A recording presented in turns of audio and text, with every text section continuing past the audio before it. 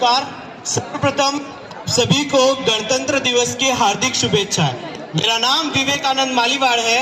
मैं आज आपके समक्ष मेरे द्वारा लिखित एक छोटी सी कविता के माध्यम से एक बहुत बड़ा संदेश लेकर आया हूँ। जी हाँ, मेरी कविता का शीर्षक है मेरे नाम कई मगर मेरी पहचान एक है, मैं रो हूँ। मेरे नाम कई मगर मेरी पहचान एक है, मैं रो हूँ। मेरी लड़ाई मौत से है। दुआएं तो देशवासियों की कहाँ मिलती है मुझे उम्मीद तो मेरी माँ की जलाई उस जोत से है।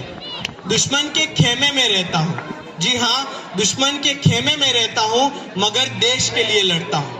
आप देशभक्ति का स्तर देखिए, क्योंकि आप जानते हैं अगर आप दुश्मन के खेमे में हैं और उन्हीं के खिलाफ लड़ रहे हैं तो अगर आप पकड़े गए तो फिर आपका हश्र क्या होगा। तो इसीलिए मैंने लिखा था कि दुश्मन के खेमे में रहता हूँ मगर देश के लिए लड़ता हूँ। मेरे देशवासियों की सुरक्षा के खातिर मैं अनगिनत वेश बदलता हूँ, मैं अनगिनत देश बदलता हूँ। ईश्वर सा हूँ मैं। जी हाँ, मैंने इन्हें ईश्वर कहा है क्योंकि जैसा कि आप सभी जानते हैं हम ईश्वर को देख नहीं सकते परंतु वह हमारी रक्षा सदैव करते हैं। उसी प्रकार एक रो एजेंट को भी हम कभी देख नहीं पाते परंतु यह हमारी रक्षा के लिए सदैव तत्पर रहते हैं। जी हाँ, 1968 में इसकी शुरुआत के बाद चाहे 1971 में इंडो पाक वॉर हो या फिर करगिल वॉर, सर्जिकल स्ट्राइक हो या फिर बालाकोट एयर स्ट्राइक, देश की सीमा के अंदर जम्मू कश्मीर में आतंकवाद से लड़ना हो या फिर नॉर्थ ईस्ट की इंसर्जेंसी को शांत करना हो या फिर साउथ में पल रहे वह तमिल रिबेलियन को रोकना हो या फिर पंजाब में पल रहे उन खालिस्तान मूवमेंट को खत्म करना हो या फिर पशुपति से तिरुपति तक फैला हुआ रेड कॉरिडोर जिसकी जड़ों में नक्सलवाद बसा है, उससे लड़कर यह हमारी रक्षा सदैव करते हैं। इसलिए मैंने इनके विषय में लिखा है कि देखिए सर, वो बीच में स्टूडेंट, मैं हर जगह रहता हूँ। ईश्वर सा हूँ मैं हर जगह रहता हूँ। विदेश में जब किसी भारतीय को देखता हूँ तो मन ही मन भारत माता की जय कहता हूँ।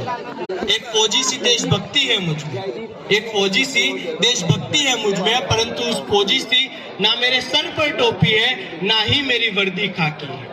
एक फौजी सी ना मेरे सर पर टोपी है ना ही मेरी वर्दी खाकी है। मेडल्स मिलते हैं तो भी गुप्त स्तर पर मुझे, मेडल्स मिलते हैं तो भी गुप्त स्तर पे मुझे, और मेरे कंधे पर सितारे लगाना भी अभी बाकी है, और मेरे कंधों पर सितारे लगाना भी अभी बाकी है। मेरी शहादत पर आप सभी जानते हैं कि नेशनल लेवल का कोई पॉलिटिशियन या फिर एक सेना का जवान जब शहीद होता है तो उन्हें किस तरह श्रद्धांजलि दी जाती है, परंतु एक रो एजेंट को उसकी शहादत पर क्या प्राप्त होता है वो सुनिएगा कि मेरी शहादत पर ना तिरंगा कफन मेरा ना ही मेरे पीछे कई किलोमीटर तक की रैली है, कि मेरी शहादत पर ना तिरंगा कफन मेरा ना ही मेरे पीछे कई किलोमीटर तक की रैली है। जब पकड़ा जाता हूँ ना विदेशों में तो मेरे ही देशवासी कह देते हैं कि यह हमारे देश से नहीं, ऐसे कड़क वचनों से मैंने अपनी मौत झेली है।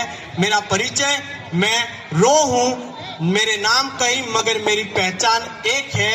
धन्यवाद। जय हिंद, जय भारत। बहुत बढ़िया, शानदार प्रस्तुति।